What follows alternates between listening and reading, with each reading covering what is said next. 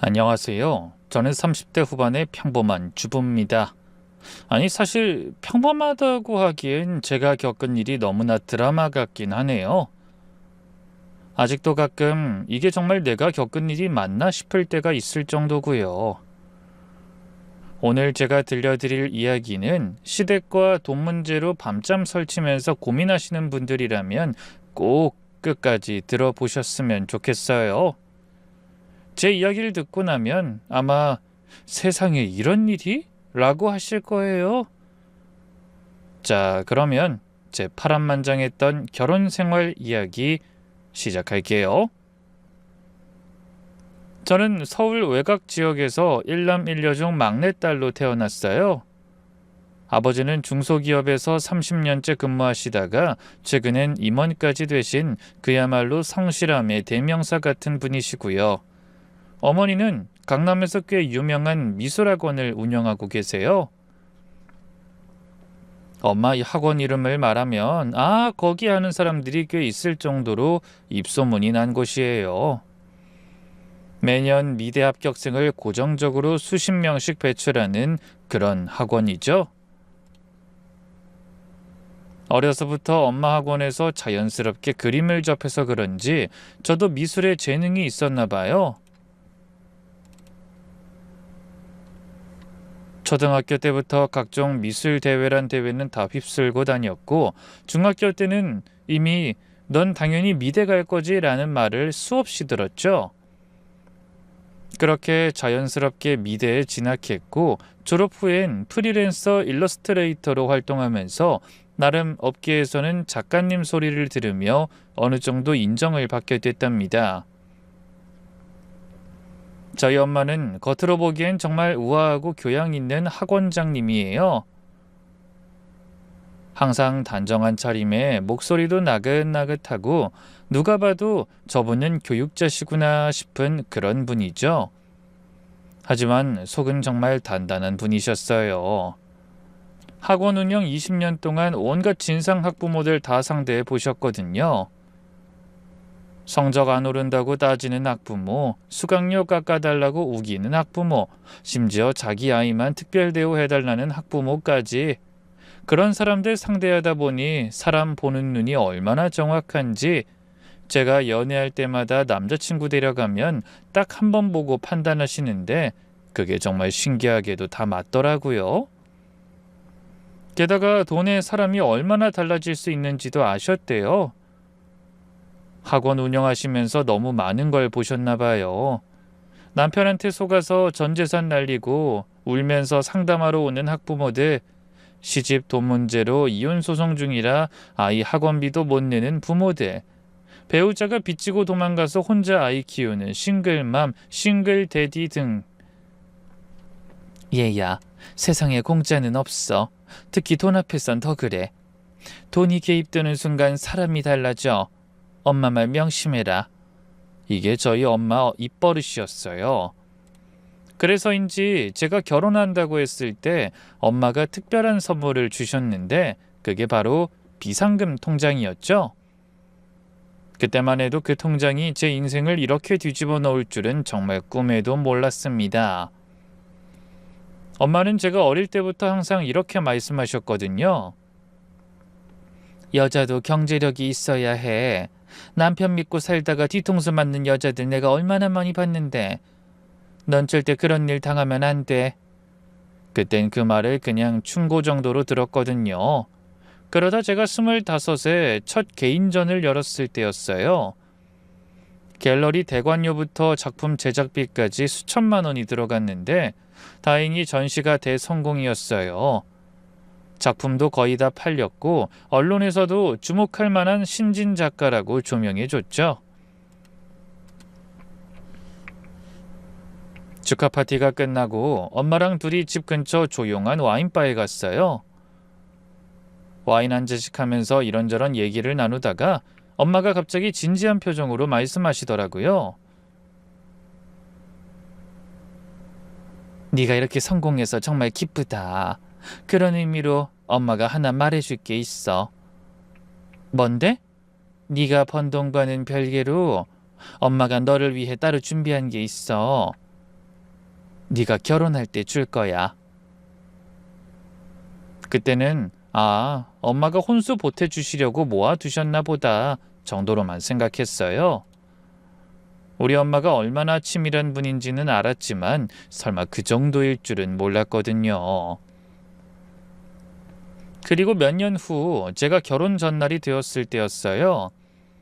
엄마가 저를 안방으로 부르시더니 서랍에서 통장 하나를 꺼내셨어요. 이거 뭐야? 열어봐. 통장을 펼치는 순간 저는 숨이 멎을 뻔했어요. 잔액란에 찍힌 숫자가 10억이었거든요. 엄마, 이게 대체... 네가 태어났을 때부터 조금씩 모은 거야. 부동산 투자도 하고 주식도 하고 네 이름으로 된 거야. 근데 왜 지금... 잘 들어. 이건 절대 남편한테도 말하면 안 돼. 시댁은 당연히 모르게 하고 이건 네가 정말 위기에 처했을 때 정말 막다른 길에 몰렸을 때 쓰는 최후의 보루야. 엄마 그래도 부부 사이인데 비밀이... 엄마가 제 손을 꼭 잡으면서 말씀하셨어요. 순진한 소리 하지 마. 내가 학원 운영하면서 본 게 얼마나 많은데. 잘 살던 집이 하루아침에 풍비박산 나는 걸 수도 없이 봤어. 특히 시댁 문제로 망하는 집이 얼마나 많은지 알아?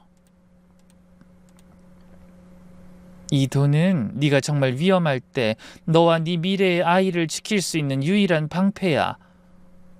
솔직히 그때는 우리 엄마가 너무 오버하는 거 아닌가 싶었어요. 내가 결혼하는 사람은 그런 사람이 아닌데 왜 이렇게 극단적으로 생각하실까 싶었죠. 내가 결혼하는 사람은 그런 사람이 아닌데 왜 이렇게 극단적으로 생각하실까 싶었어요. 하지만 엄마의 그 선물이 훗날 제 인생을 완전히 바꿔놓을 줄은 정말 꿈에도 몰랐습니다. 남편은 제 두 번째 개인전에서 찾아온 관람객으로 처음 만났어요. 그날따라 갤러리에 사람이 별로 없었는데 한 남자가 제 그림 앞에서 거의 30분 동안 서 있더라고요.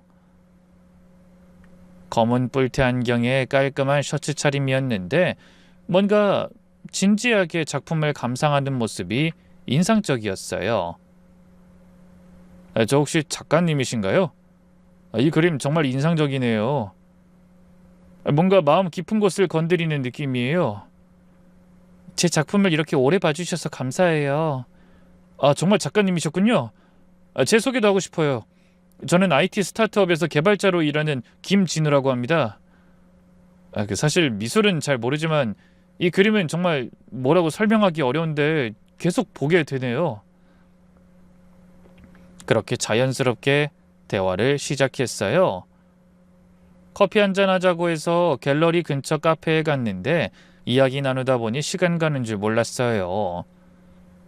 미술 얘기뿐만 아니라 각자의 일, 취미, 인생관까지 첫 만남인데도 마치 오래 알던 사람처럼 편안했죠. 그날 이후로 자연스럽게 연락을 주고받았어요. 일주일 후 첫 데이트를 했어요. 그는 정말 로맨틱하고 배려심 깊은 사람이었어요. 오늘 어디 가고 싶어라고 물으면 항상 제가 좋아할 만한 곳들을 미리 조사해왔고 제가 작업 때문에 피곤하다고 하면 약속을 미루는 것도 전혀 서운해하지 않았어요. 오히려 작품 활동이 우선이지. 난 기다릴 수 있어. 라고 하더라고요. 특히 인상 깊었던 건 제 작품 활동을 정말 진심으로 응원해줬다는 거예요. 당신 재능을 세상이 다 알아봐야 해. 내가 할 수 있는 건 뭐든 도와줄게. 말뿐이 아니라 실제로도 그랬어요. 제 SNS 계정을 더 전문적으로 관리할 수 있도록 도와주고 작품 사진도 더 잘 나오게 찍는 법을 연구해서 알려주고 심지어 자기 회사 사람들한테도 제 전시회를 홍보해서 단체로 관람 오게 했죠. 2년 연애 기간 동안 단 한 번도 크게 싸운 적이 없었어요. 작은 의견 차이가 있어도 항상 대화로 풀었고 서로를 존중하는 게 당연했죠. 그래서 그가 청혼했을 때 저는 한치의 망설임도 없이 그래라고 대답했어요.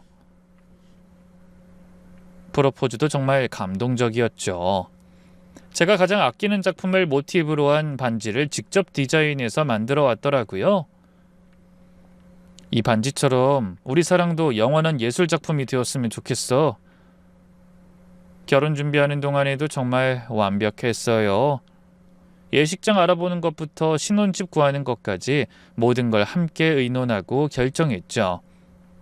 특히 네 작업실은 꼭 있어야 해 라면서 작업실로 쓸 수 있는 방이 있는 집을 고민했어요. 아, 이 사람이라면 평생 행복하게 살 수 있겠다. 정말 그렇게 믿었어요. 그땐 정말 순진했죠. 결혼이라는 게 두 사람만의 일이 아니라는 걸 저는 전혀 몰랐으니까요. 결혼식이 끝나고 신혼여행에서 돌아온 다음 날부터였어요. 남편이 갑자기 이번 주말에 부모님 댁 가야 해 라고 하더라고요. 벌써? 우리 신혼여행 다녀온 지 이틀밖에 안 됐는데? 그래도 인사드려야지. 내가 장남인데. 연애할 땐 전혀 티를 안 냈는데 결혼하고 나니 갑자기 그 이상한 장남 타이틀이 튀어나오는 겁니다. 시댁에 가보니 정말로 시부모님이 기다리고 계셨어요. 어서 와. 신혼여행은 잘 다녀왔고? 네, 어머님 잘 다녀왔어요. 그래, 이제 진짜 가족이 됐으니까 우리 집 규칙 알려줘야겠네. 규칙이라니? 갑작스러워서 당황했지만 일단 들어보기로 했어요. 첫째, 매주 일요일은 가족 모임 날이야. 특별한 일 없으면 꼭 와야 해. 둘째, 명절이나 기념일은 빠져선 안 돼. 셋째, 중요한 일 생기면 우리 가족끼리 먼저 상의해야 해. 순간 이게 뭐지 싶었어요. 하지만 남편은 너무나 당연하다는 듯이 네, 알겠습니다 라고 대답하더라고요. 시부모님 소개가 늦었네요. 시아버지는 대기업 회사를 다니시다가 몇 년 전에 은퇴하고 지금은 소일거리로 주식 투자를 하신댔어요. 시어머니는 원래 전업주부셨는데 자녀들 다 키우고 나서는 백화점 문화센터니 뭐니 하면서 친목 모임 다니는 게 일과라고 하셨죠. 뭐 다른 건 다 평범한데 좀 유별나다 싶던 건 두 분 다 엄청나게 체면과 인맥을 중요시한다는 거였어요.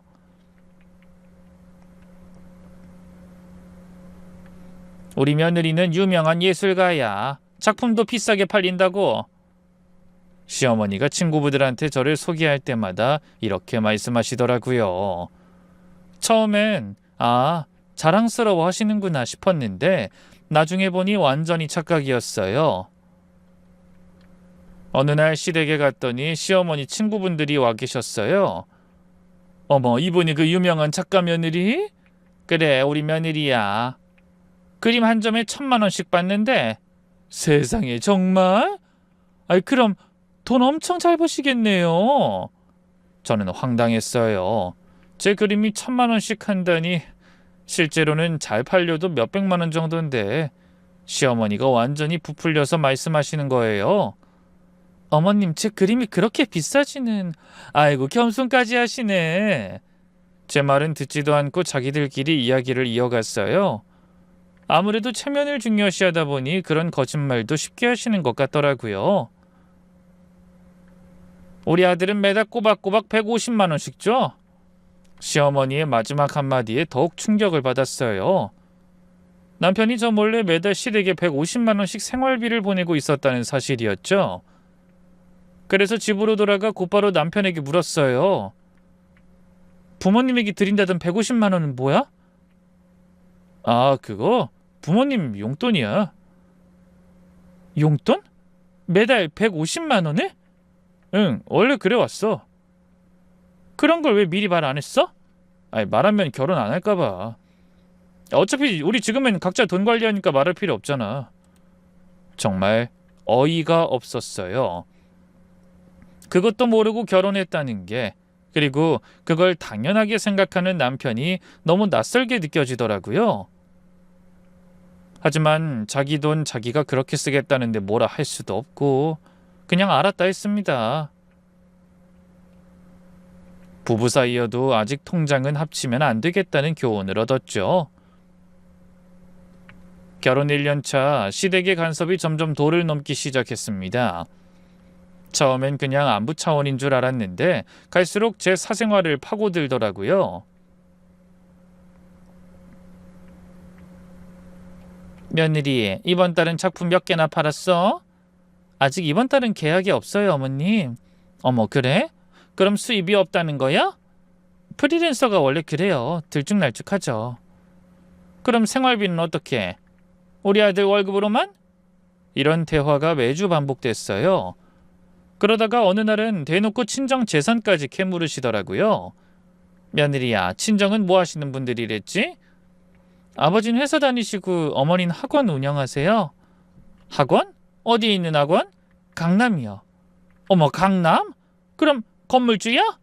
아니에요, 임대예요. 아니 그래도 강남의 학원이면 돈 많이 벌겠네.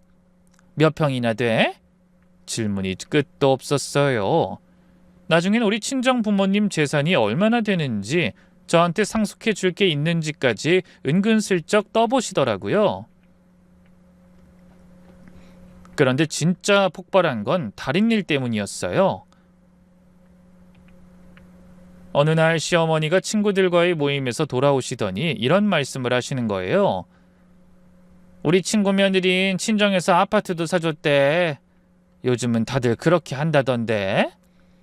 어머님, 저희는 저희가 알아서. 아니, 우리 아들이 이렇게 고생해서 돈 버는데 처갓집에서 도와준다고는 안 하셔? 정말 어이가 없었어요. 남편은 옆에서 듣고만 있고 아무 말도 안 하더라고요.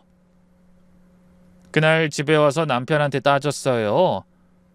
당신 왜 아무 말도 안 해? 어머니가 지금 우리 엄마한테 집 사달라는 거나 마찬가지잖아. 엄마가 그럴 수도 있지. 너무 예민하게 받아들이지 마. 예민하다고? 지금 정상적인 상황이야? 아니 그냥 흘려 들으면 되잖아. 흘려 듣기엔 너무 선을 넘은 것 같은데. 앞으론 당신이 알아서 막아. 그런 소리 한두 번 듣는 것도 힘드니까. 그때였어요. 정말 이 결혼 잘못된 선택이었나 하는 생각이 처음 들었던 게, 며칠 후 시댁에서 또 가족 모임이 있었거든요. 그런데 이번엔 시누이까지 가서 해서 저를 몰아세우더라고요.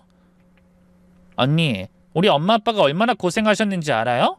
오빠 대학 등록금 내느라 정말 허리띠 졸라 매셨어요. 그래서? 그러니까 이제 오빠가 부모님께 효도해야 하는 거 아니에요? 언니도 좀 도와주고. 진우 씨가 매달 시댁에 생활비 보내잖아. 그거로도 충분하지 않아? 그게 어디 충분해요. 언니도 돈 많이 번다면서요. 부모님이 내 대학 등록금 대주신 건 아니잖아. 진우 씨가 용돈 보내드리는 거에 내가 반대하는 것도 아닌데 여기서 뭘 더해? 언니도 참 야박하네요, 보기보다. 정말 참다 못해 그날 밤 전 폭발했어요. 건방진 시누이의 속물인 시부모까지 참을 수 없었거든요. 이혼하자. 남편은 깜짝 놀랐죠. 아예 예상을 못했었나 봐요. 뭐? 갑자기 왜? 난 이런 결혼 생활 못해. 시댁 ATM기도 아니고 내가 뭐 돈 버는 기계야? 왜 내가 이런 대우를 받아야 해? 그게 이혼할 일이야? 충분히 이혼할 일이지. 당신은 내 편도 안 들어주잖아. 맨날 부모님 편만 들고. 그제야 남편이 정신을 차렸는지 무릎까지 꿇더라고요. 잘못했어. 정말 잘못했어. 내가 미쳤었나 봐. 이제 와서 제발 한 번만 기회를 줘. 다시는 안 그럴게. 앞으로 당신을 최우선적으로 생각할게. 우리 부모님한테도 내가 확실히 얘기할게. 남편이 진짜 눈물까지 흘리면서 빌었어요. 그 간절한 모습에 마음이 약해졌죠. 진짜 마지막이야. 한 번 더 이러면 그땐 진짜 끝인 줄 알아. 알았어. 정말 잘할게. 약속해. 그렇게 일단 위기는 넘겼어요. 하지만 그 약속이 얼마나 갈지 저도 반신반의했습니다. 정말 바뀔 수 있을까 하는 의구심을 품은 채로 말이죠. 그렇게 한 차례 이혼 위기를 거치고 시댁의 터치가 줄어들고 남편과 다시 관계가 회복되고 있던 결혼 2년차 봄, 드디어 우리 부부에게 기쁜 소식이 찾아왔어요. 임신이었죠. 두 줄이 선명하게 나타난 임신 테스트기를 들고 남편한테 달려갔을 때 남편도 정말 기뻐했어요. 진짜야? 우리가 부모가 되는 거야? 우리 아기가 생겼어.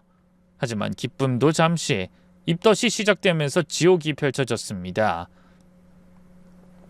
아침에 일어나자마자 화장실로 달려가는 게 일상이 됐고 좋아하던 음식 냄새만 맡아도 속이 뒤집어졌죠. 작품 활동은 당연히 못하게 됐고 하루 종일 누워만 있어야 했어요. 그런데 하필 그때였어요. 어느 날 오후 초인종이 울렸는데 시동생이 찾아온 거예요. 형수님 안녕하세요. 오랜만이에요. 네, 무슨 일이에요? 형수님한테 정말 중요한 얘기가 있어서 왔어요. 시동생은 거실에 앉자마자 가방에서 서류 뭉치를 꺼내더니 펼쳐 보이기 시작했어요. 제가 이번에 정말 좋은 사업 아이템 찾았어요. 요즘 핫한 그 분야 있잖아요. 그 메타버스. 거기에 NFT 아트를 접목시킨 플랫폼을 만들려고 하는데요. 그래서요? 투자금만 3억 정도 있으면 1년 안에 10배는 불릴 자신 있어요. 형수님도 예술가시니까 이게 얼마나 대박 아이템인지 아시죠? 곧장 한숨이 나왔어요. 3억? 그런 돈이 어디 있어요? 형수님 유명한 작가시잖아요. 그리고 형도 IT 회사 다니고. 그때 남편이 퇴근해서 들어왔어요. 제가 들었던 시동생의 그 얘기를 듣더니 남편이 바로 우리가 도와주자고 하는 거예요. 뭐? 지금 장난해? 장난 아니야. 동생이 이렇게 열심히 준비했는데 3억이 어디서 나와? 대출 받으면 되지. 대출이 애들 장난이야? 대출까지 받아서 어떻게 될지 모를 사업 도와주자고? 정말 어이가 없어서 일단 시동생을 돌려보내고 그날 밤 친정엄마한테 전화를 걸었어요. 엄마, 나 진짜 미치겠어. 상황을 다 설명하니까 엄마가 단호하게 말씀하셨어요. 절대 안 돼. 그 집안 사람들 한 번 주면 절대 안 갚을 거다. 그건 그래도 가족인데 갚긴 하지 않을까? 가족? 돈 앞에 무슨 가족이야?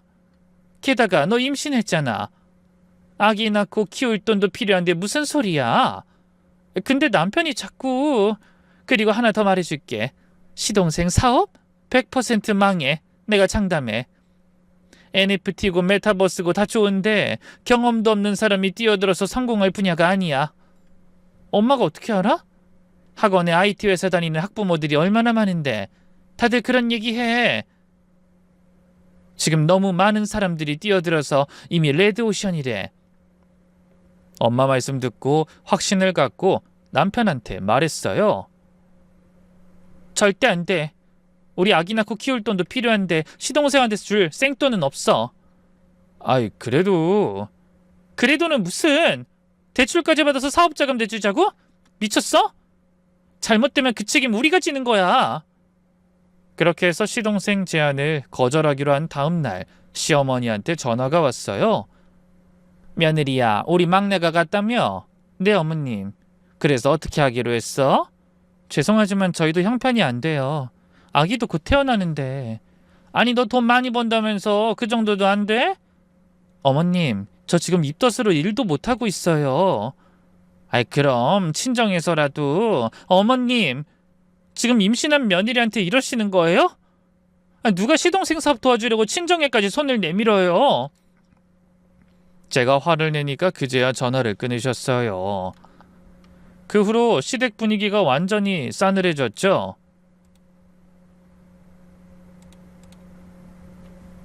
가족 모임에 가면 대놓고 절 무시했어요. 언닌 돈도 안 빌려주면서 가족이라고 할 수 있어요? 시누이까지 가세해서 저를 몰아세웠지만 저는 끝까지 거부했어요. 아닌 건 아니니까요. 결국 시동생은 다른 데서 돈을 구했다고 하던데 몇 달 후에 들으니 역시나 사업이 망했다더라고요. 엄마 말씀이 맞았네. 그때 정말 다행이라고 생각했어요. 만약 우리가 돈을 빌려줬다면 생각만 해도 끔찍했죠. 임신 중기로 접어들면서 몸이 정말 많이 힘들었어요. 입덧은 계속됐고 발은 퉁퉁 붓고 허리는 아프고. 그런데 이상하게도 그때부터 남편이 180도 달라졌어요. 새벽 3시에 갑자기 김치찌개가 먹고 싶어 라고 하면 정말 일어나서 끓여주더라고요. 이 시간에? 당연하지. 우리 아기가 먹고 싶다는데. 새벽에 입덧으로 화장실 가면 따라와서 등 쓸어주고 머리 묶어주고 발 붓는다고 하면 매일 저녁 1시간씩 꼬박꼬박 마사지 해줬어요. 이 정도야 뭐. 우리 아기 엄마가 얼마나 고생하는데. 퇴근길에는 항상 전화해서 오늘은 뭐 먹고 싶어? 라고 물었고 제가 먹고 싶다고 한 음식은 어떻게든 구해왔어요. 한 번은 새벽 2시에 수박이 먹고 싶어 라고 했더니 24시간 마트 돌아다니면서 수박을 구해온 적도 있었죠.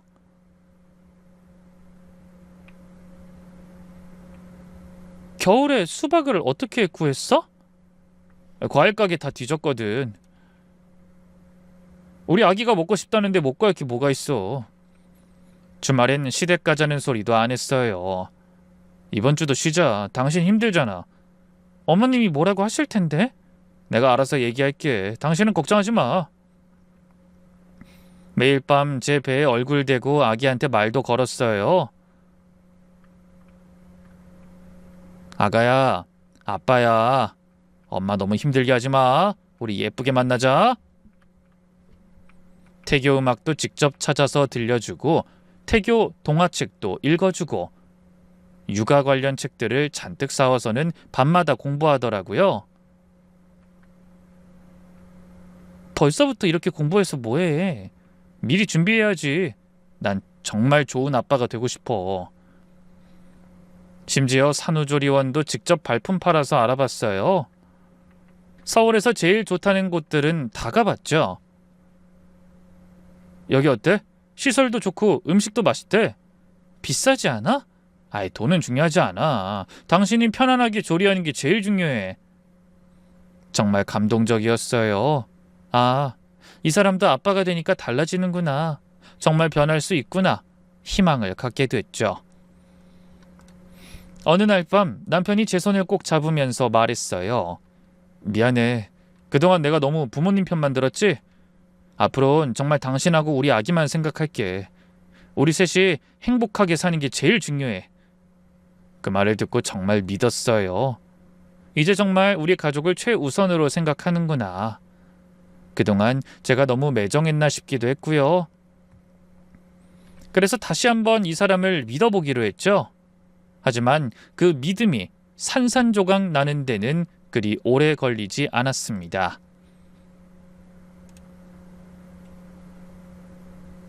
남편이 그렇게 갑자기 잘해준 데는 다 이유가 있었던 거예요. 그로부터 한 달 후 평화 속에서 맞이한 임신 7개월 차 어느 날이었어요. 남편이 퇴근하고 나서 함께 저녁을 먹던 중 갑자기 심각한 표정으로 젓가락을 내려놓더라고요. 할 얘기가 있어. 무슨 일인데 그래? 일단 화내지 말고 들어줘. 뭔가 불길한 예감이 들었어요.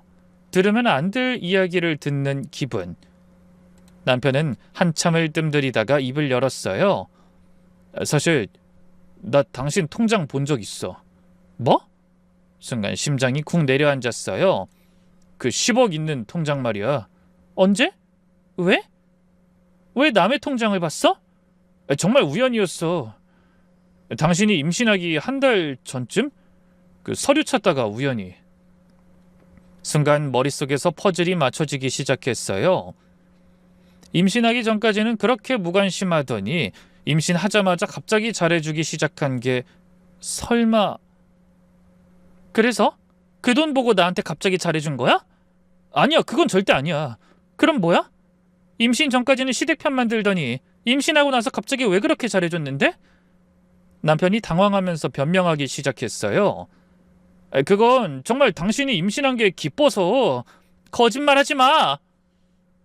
10억 보고 욕심났구나. 그래서 잘해준 거지? 그런 거 아니야. 그런 이야기 하려던 것도 아니고. 그럼 왜 그동안 돈 이야기 안 했어? 본다고 뭐가 달라질 게 없잖아.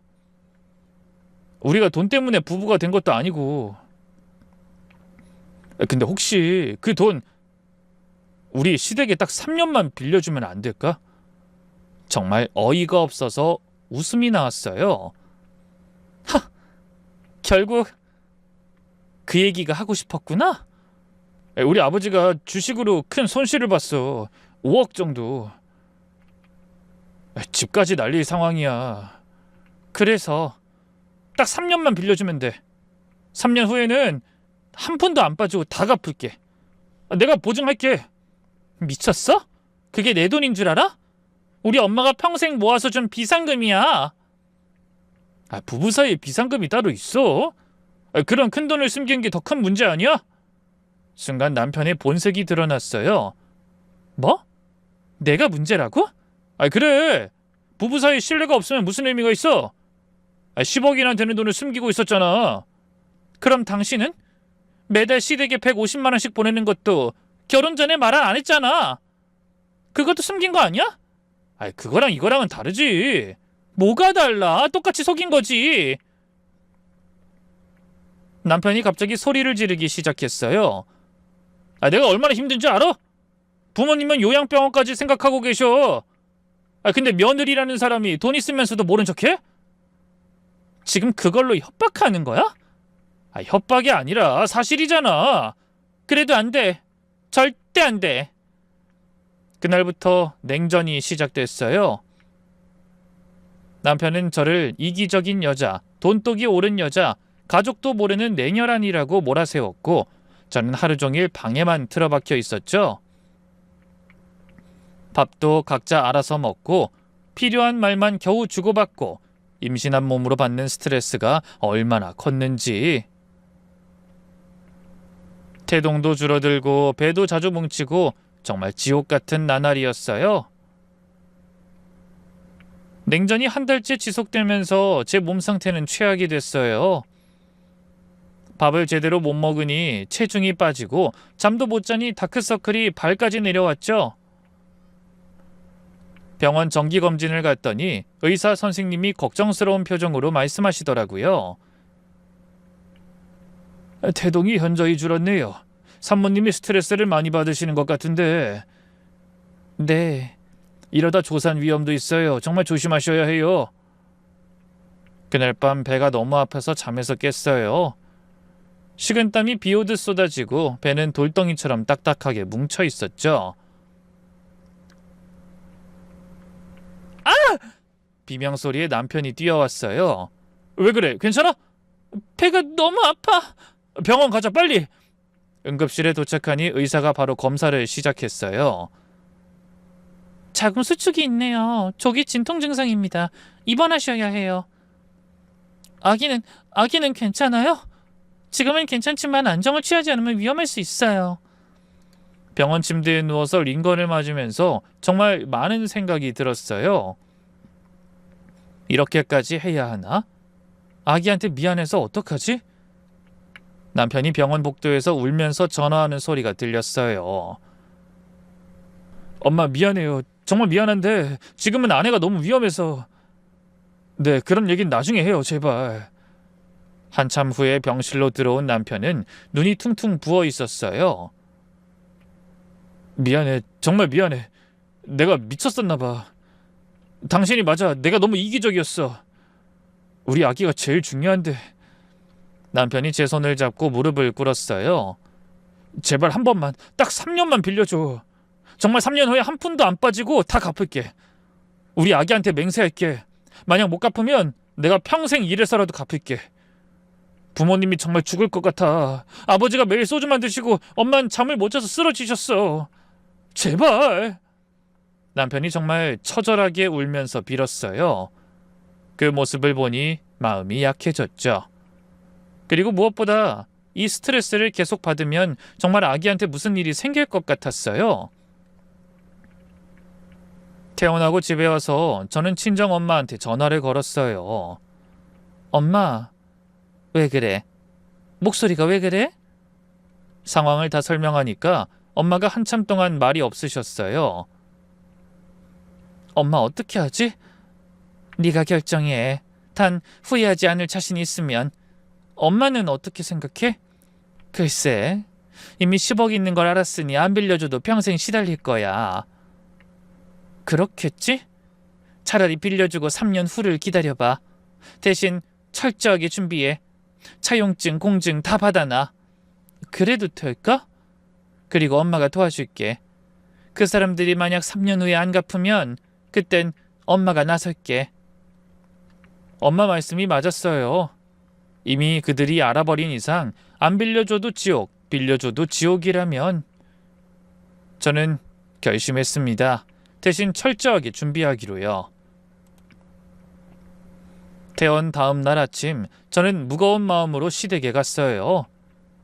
시댁에 도착하니 제가 10억을 빌려주기로 한 소식을 들은 시부모님과 시누이와 시동생까지 모여 있더라고요. 마치 무슨 큰 행사라도 하는 것처럼 다들 정장을 차려입고 있더라고요. 먼저 차용증부터 작성해야 해요. 제가 준비해온 차용증을 테이블에 올려놓자 시어머니의 표정이 확 굳어졌어요. 아니, 가족 간에 무슨 차용증이야? 우리가 남이야? 사돈집안끼리 이렇게까지 해야 해? 어머님, 10억은 작은 돈이 아니에요. 제 친정엄마가 평생 모아서 저한테 준 비상금이고요. 아이, 그래도 가족인데 우리를 못 믿겠다는 거야? 아이, 내가 그렇게 신용이 없어 보여? 시아버지도 불쾌한 표정으로 거들었어요. 아이, 며느리가 우릴 도둑으로 보는구나. 평생 성실한 직장인으로 살아온 내가 돈 떼먹을 사람으로 보여? 아버님, 그런 게 아니라 서로 나중에 오해가 없으려고. 오해? 무슨 오해? 3년 후에 갚는다고 했으면 갚는 거지. 시누이까지 나섰어요. 언니, 우리 아빠가 누군지 알잖아요. 대기업에 다니시던 분이에요. 그런 분이 고작 10억 때문에. 고작이라니? 아버님과 어머님이 5억이 없어서 나한테 빌리는 거 아니야? 제가 반문하자 시누이가 말을 흐렸어요. 남편이 부모님을 설득하기 시작했어요. 야, 엄마 아빠 그냥 써주자. 10억이나 빌려주는데 차용증 정도는 써야지. 너마저 그러니? 부모를 못 믿는 거야? 아니, 그게 아니라 이렇게 해야 서로 편해요. 한참 실랑이 끝에 결국 차용증을 작성했어요. 2000XX년 0월 0일 금 10억 원을 차용하며 3년 후인 2000XX년 0월 0일까지 전액 상환한다는 내용이었죠. 공증도 받아야 해요. 뭐? 공증까지? 시어머니가 기가 막히다는 표정을 지었어요. 그래, 공증까지 받자. 그렇게 우리 못 믿으면 DNA 검사까지 하는 건 어떠니? 독서를 퍼부으면서도 결국 공증 사무실까지 함께 갔어요. 공증인 앞에서 도장을 찍는 시아버지의 손이 부들부들 떨리는 게 보였죠. 분노인지 굴욕감인지.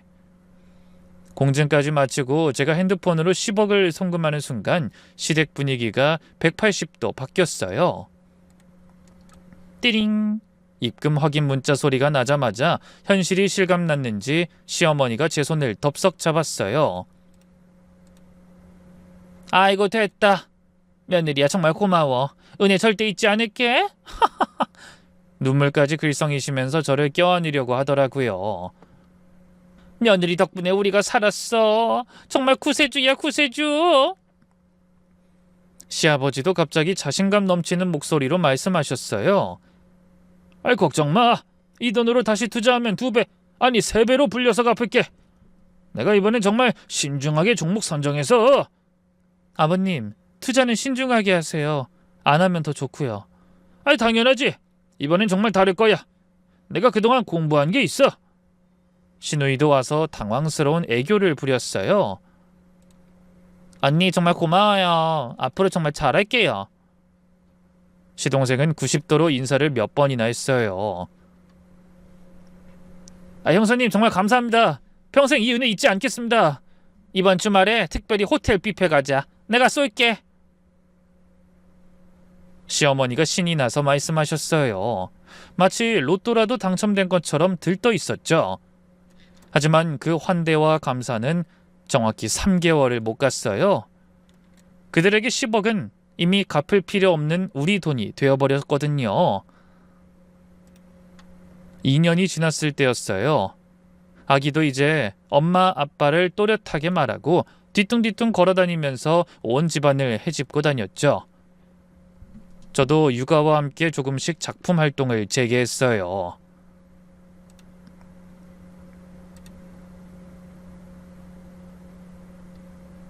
어느 날 오후 친정엄마가 저를 찾아와 이렇게 말씀하셨죠.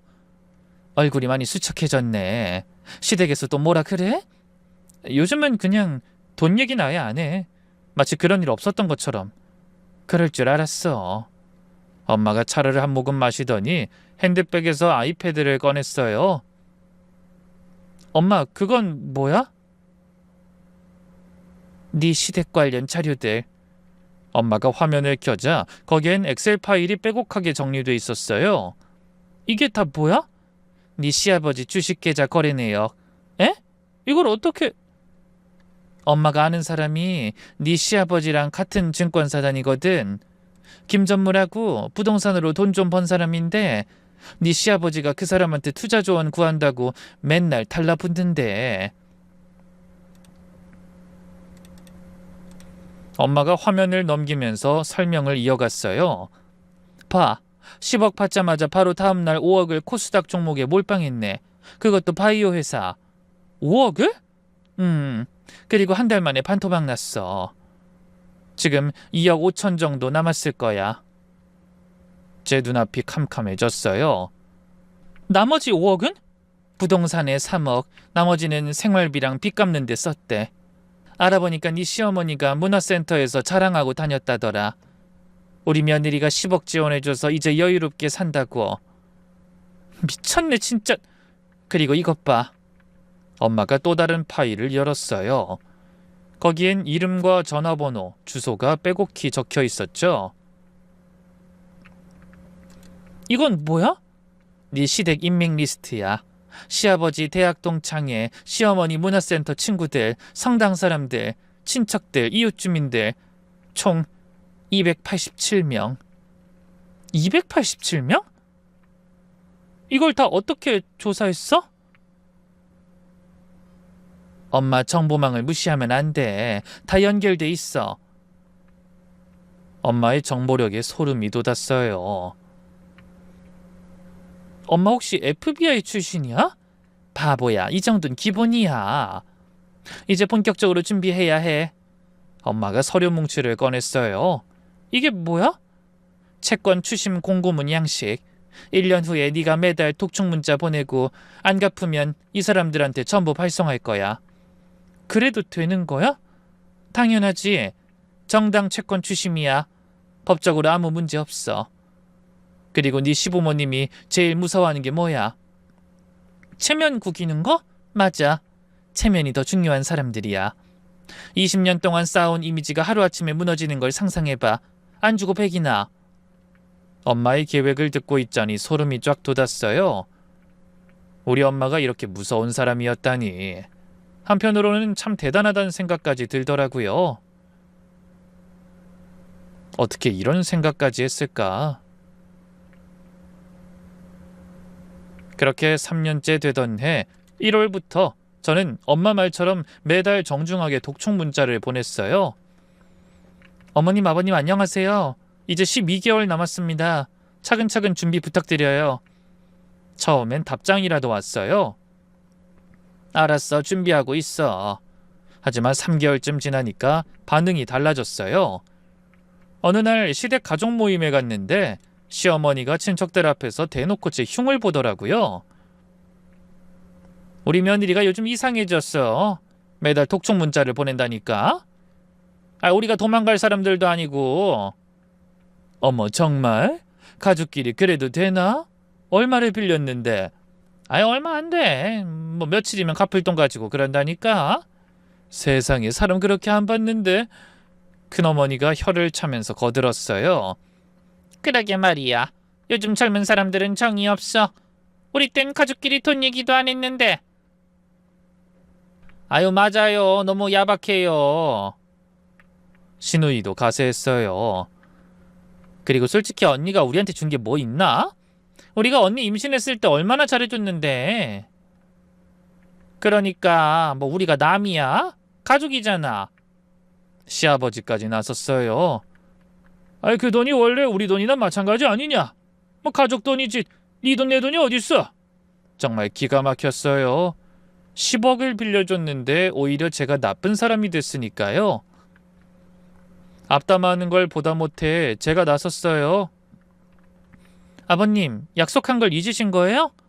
약속? 뭐 우리가 사기꾼이야? 당연히 갚을 거야. 근데 왜 자꾸 독촉을 해? 매달 문자 한 통 보내는 게 독촉인가요? 그래, 독촉이야. 우리를 못 믿는다는 거잖아. 어이가 없어서 짐 챙겨 바로 나왔죠. 집에 와서 남편한테 얘기했더니 남편도 시댁 편을 들더라고요. 글쎄. 아이 가족인데 좀 융통성 있게 하자. 융통성? 10억이 융통성으로 해결될 돈이야? 아이 그래도 부모님이 지금 힘드신데 3년 동안 뭐 했어? 갚을 준비는 했어?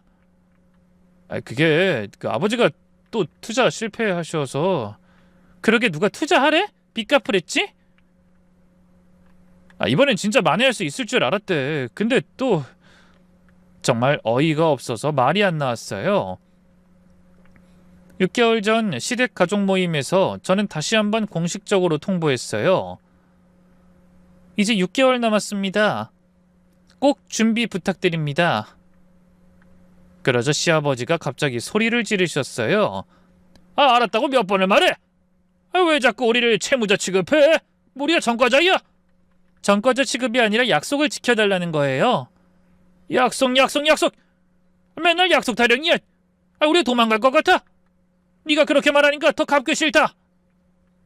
시어머니는 더 가관이었어요. 아이 돈이 그렇게 급해? 아 그럼 처음부터 주지 말지. 준다고 해놓고 이제 와서 달라고 난리야. 처음부터 빌려준다고 했잖아요. 준 게 아니라. 아 빌려준 거나 준 거나 그게 그거지. 심지어 시동생까지 나서서 제게 따졌어요. 아 형수님, 그때 제가 사업자금 빌려달라 했을 땐 거절하면서 왜 부모님한테 빌려줬어요? 그것도 차별 아니에요? 그때랑 지금이랑 뭔 상관이야? 아 다 돈 얘기잖아요. 아, 가만 보면 형수님은 돈만 아는 사람이에요. 정말 뻔뻔함의 극치였어요. 마치 10억이 원래 자기들 돈이었고 제가 그걸 빼앗으려는 악독한 며느리인 것처럼 몰아갔으니까요. 속으로 꼭 이 모욕을 되갚는 날이 있을 거라 생각하며 참고 또 참았습니다. 그렇게 드디어 3년이 되는 날이 왔어요. 전날 밤 저는 남편에게 마지막으로 한 번 더 얘기했어요. 내일까지야. 꼭 얘기해. 알았어. 부모님께 다시 한번 말씀드릴게. 하지만 전 이미 알고 있었어요. 그들이 갚을 생각이 전혀 없다는 걸. 당일 아침 8시 저는 시댁에 전화를 걸었어요. 어머님, 오늘이 약속한 날이에요. 아침부터 무슨 전화야? 아직 9시도 안 됐는데. 오늘이 10억 갚기로 한 날이라고요. 아니 그게 오늘이었어? 까맣게 잊고 있었네. 까맣게 잊었다고? 10억을 갚는 날을? 오늘 오후 6시까지 입금 부탁드려요. 오늘 꼭 해야 해? 며칠만 시간 주면 안 될까? 안 돼요. 오늘까지예요. 차용증에도 명시도 있잖아요. 아니 가족끼리 그렇게 칼같이 해야 해? 전화를 끊고 기다렸지만 점심이 되도록 연락이 없었어요. 오후 2시에 다시 전화했죠. 4시간 남았어요. 아 알았어. 왜 자꾸 전화를 해? 이번엔 시아버지가 받으셨어요. 오후 5시 다시 전화했죠. 1시간 남았습니다. 아 지금 준비 중이야. 뭘 준비하세요? 돈을. 그러니까 말을 얼버무리시는 게 뻔히 들렸어요. 5시 50분 마지막 전화를 걸었어요. 10분 남았어요. 돈이 어딨어? 없는 걸 어떻게 줘? 시아버지가 드디어 본심을 드러냈어요. 없다고요? 그래, 없어. 10억이 어디서 나와? 뭐 우리가 은행이야? 그럼 처음부터 갚을 생각이 없으셨던 거네요? 갚을 생각이 없다니? 뭐 우리가 사기꾼이야? 단지 지금 돈이 없다는 거야. 3년이나 시간을 들였는데요. 3년이면 뭐해? 없는 건 없는 거야. 이제 그만 이야기해라. 바로 그때였어요. 초인종이 울렸어요. 누구세요? 저예요. 사돈입니다. 스피커폰 너머로 저희 엄마 목소리가 들렸습니다. 저도 바로 시댁으로 출발했죠. 제가 도착했을 땐 엄마는 이미 거실 소파에 앉아 계셨어요. 손에는 두툼한 서류 가방을 들고요. 왔어? 엄마가 시댁 소파에 앉아 태연하게 인사하셨어요. 시부모님은 불편한 표정으로 맞은편에 앉아 있었죠. 그래서 사돈 무슨 일로 오셨는지. 오늘이 10억 갚기로 한 날이라고 들었어요. 엄마가 단도직입적으로 말씀하셨어요. 그게 지금 상황이 좀 어려워서. 어려우시다고요? 그럼 못 갚으신다는 말씀이신가요?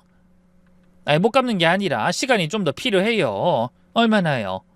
글쎄 1년? 아니 6개월만. 엄마가 피식 웃으셨어요. 6개월이요? 3년 동안 뭘 하셨길래? 그게 투자가 실패해서. 투자요? 제 딸이 빌려준 돈으로 또 주식하셨다는 얘긴 들었어요. 시아버지 얼굴이 빨개졌어요. 그걸 어떻게... 김 전무님이 다 얘기하시더라고요. 같은 룸 쓰시잖아요. 5억 들고 와서 반 날렸다고 소문이 파다하던데요. 그건... 엄마가 서류 가방을 열었어요.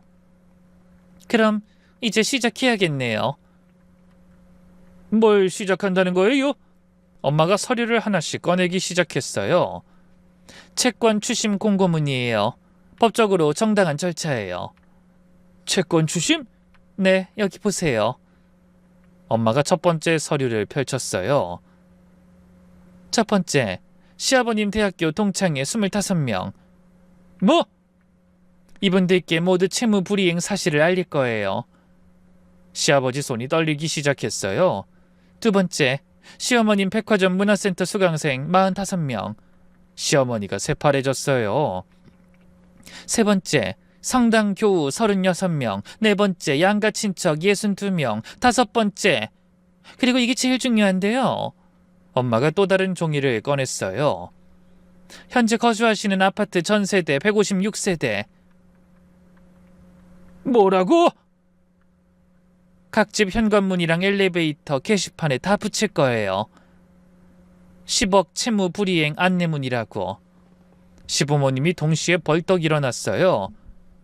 미쳤어요? 이게 무슨 짓이에요? 정당한 채권 추심이에요. 법적으로 문제 없어요. 엄마가 준비한 공고문을 보여줬어요. 채무 불이행 공고 땡땡땡 씨는 2000XX년 0월 0일 10억 원을 차용하고 3년 후인 2000XX년 0월 0일 상환하기로 약속하였으나 현재까지 이행하지 않고 있음을 알려드립니다. 차용증과 공증서류 사본 첨부. 이걸 정말로 보낼 거라고요? 네, 당연하죠. 시어머니가 털썩 주저앉았어요. 이건 협박이야. 협박이 아니라 정당한 권리 행사예요. 차용증도 있고 공증도 받았잖아요. 그래도 사람이 체면이 있지. 체면이요? 10억대 먹으려고 하시는 분들이 체면을 말씀하세요? 시어머니가 울기 시작했어요. 그 눈물이 진짜인지 의심스러웠지만요. 사돈, 제발 우리가 정말 갚고 싶어도 돈이 없어요. 그럼 재산 처분하세요. 재산이 어딨어요? 이 집 전세 있잖아요. 등기부등본 다 확인했어요. 전세 6억이던데? 시부모님이 깜짝 놀랐어요. 그걸 어떻게... 다 공개된 정보예요. 그리고 사돈어른 명의로 된 땅도 있다고 들었는데요. 그건 노후자금이에요. 노후자금이요? 남의 돈 10억 떼먹고 노후를 편하게 보내시겠다. 시아버지가 결국 폭발했어요. 떼먹자니! 우리가 도둑이야? 뭐 사기꾼이야? 그럼 뭐예요? 빌린 돈 안 갚으면 그게 도둑이고 사기꾼이죠. 이 집을 빼라고? 그럼 우린 어디서 살아? 그건 제가 할 바 아니죠.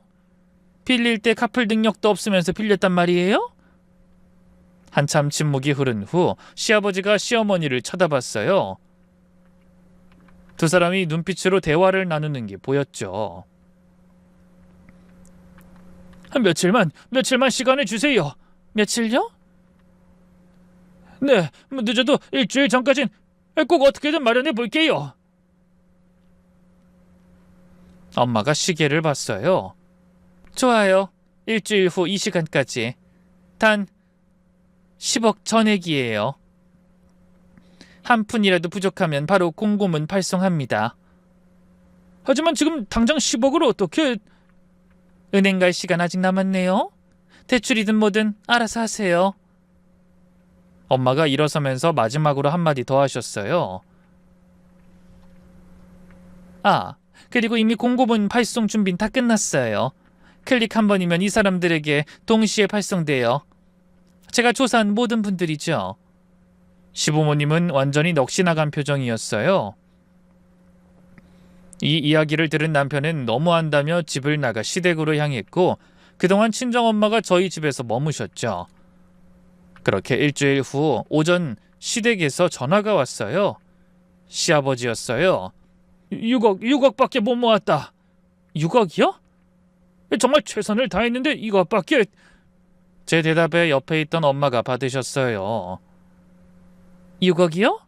나머지 4억은요? 정말 없어요. 이것만이라도 받아주시면... 그럼 지금 바로 공고문 발송하겠습니다. 잠깐만요! 다급한 목소리였어요. 전세 빼면 됩니다. 전세요? 네, 빼면 10억 채울 거예요. 일주일만 시간 주시면... 엄마가 저를 봤어요. 저는 고개를 끄덕였죠. 그렇게 정말 일주일 후 정확히 10억이 제 통장으로 입금됐어요. 입금 문자를 확인하는 순간 복잡한 감정이 들었어요. 안도감과 동시에 씁쓸함이 밀려왔죠. 시댁은 결국 전세를 빼고 작은 월세집으로 이사를 가야 했어요. 20년 넘게 살던 아파트를 떠나는 날 시어머니는 울면서 짐을 쌌다고 들었어요. 그날 이후 시댁과의 관계는 완전히 끝났어요. 아니, 끝난 정도가 아니라 원수가 됐죠. 가끔 만나면 시어머니는 대놓고 제게 독설을 퍼부었어요. 너 때문에 우리가 거리로 나왔어. 너 같은 독한 년 처음 봤다. 어머님, 거리가 아니라 월세집이잖아요. 그게 그거 아니야? 20년 넘게 살던 집에서 쫓겨났는데. 제가 쫓아낸 게 아니라 빌린 돈 받은 것뿐이죠. 시아버지도 못지 않았어요. 평생 청렴하게 살아온 내가 이런 수모를 당하다니. 그것도 며느리한테. 수모가 아니라 당연한 거예요. 빌린 돈은 갚는 게 교육 아닌가요?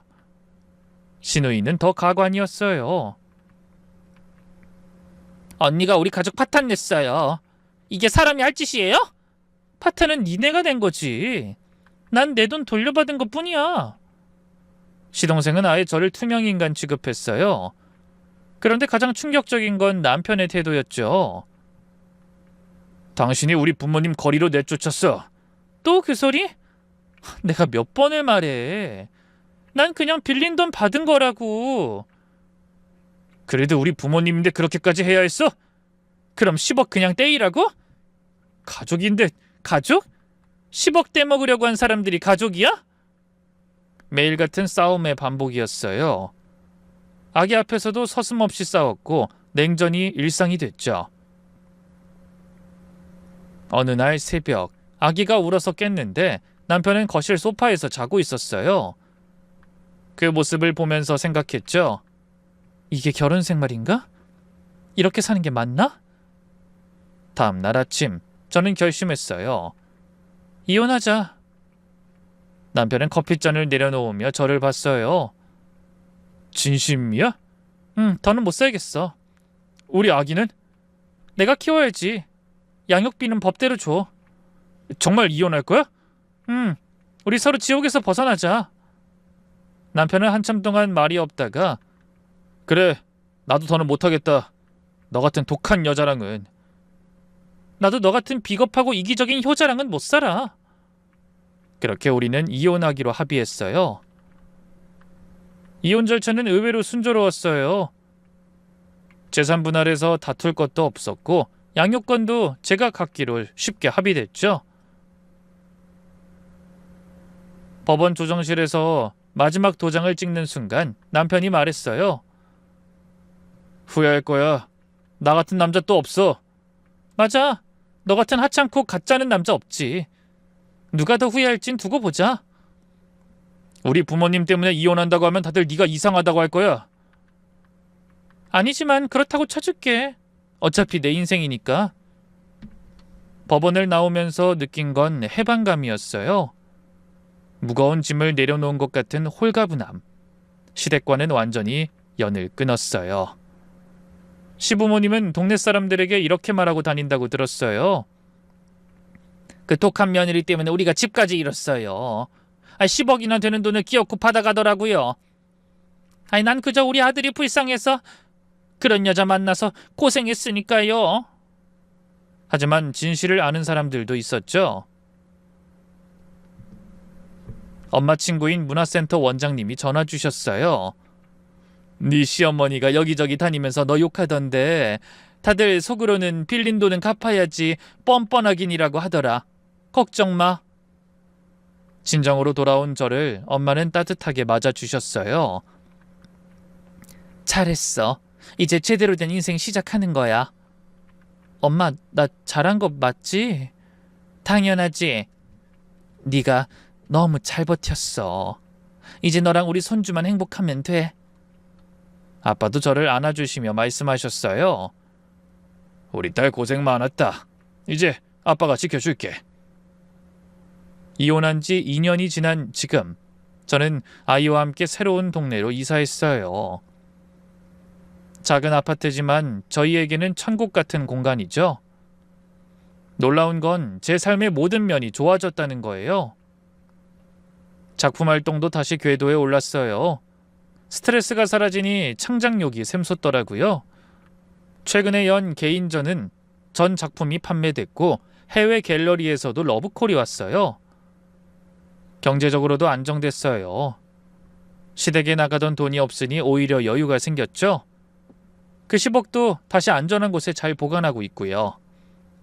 무엇보다 아이가 밝아졌어요.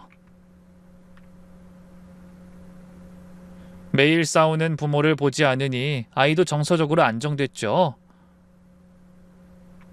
가끔 지인들을 통해 전남편 소식을 듣곤 해요. 재혼했다는데 새 아내도 시부모님 때문에 고생한다더라고요. 매일 생활비 보내느라 허덕이고 시부모님은 여전히 돈 요구하신다고. 그럼에도 시댁은 여전히 월세 살면서 힘들어한다고 들었어요. 시아버지는 그래도 주식을 못 끊고 시어머니는 체면 때문에 문화센터도 못 간다고. 친정엄마가 가끔 농담처럼 말씀하세요. 그 명단한테 공고문 안 보낸 게 아쉽다. 한 번 보냈으면 통쾌했을 텐데. 엄마, 그래도 돈 받았으니 됐어. 그래, 돈 받은 것도 기적이야. 내가 안 나섰으면 한 푼도 못 받았겠지. 이제 저는 정말 행복해요. 시댁의 그늘에서 벗어나 온전한 제 삶을 살고 있으니까요. 때로는 이혼이 답인 것 같기도 해요. 불행한 결혼보다 행복한 싱글맘이 100배 낫거든요. 지금까지 제 이야기를 들어주셔서 감사합니다.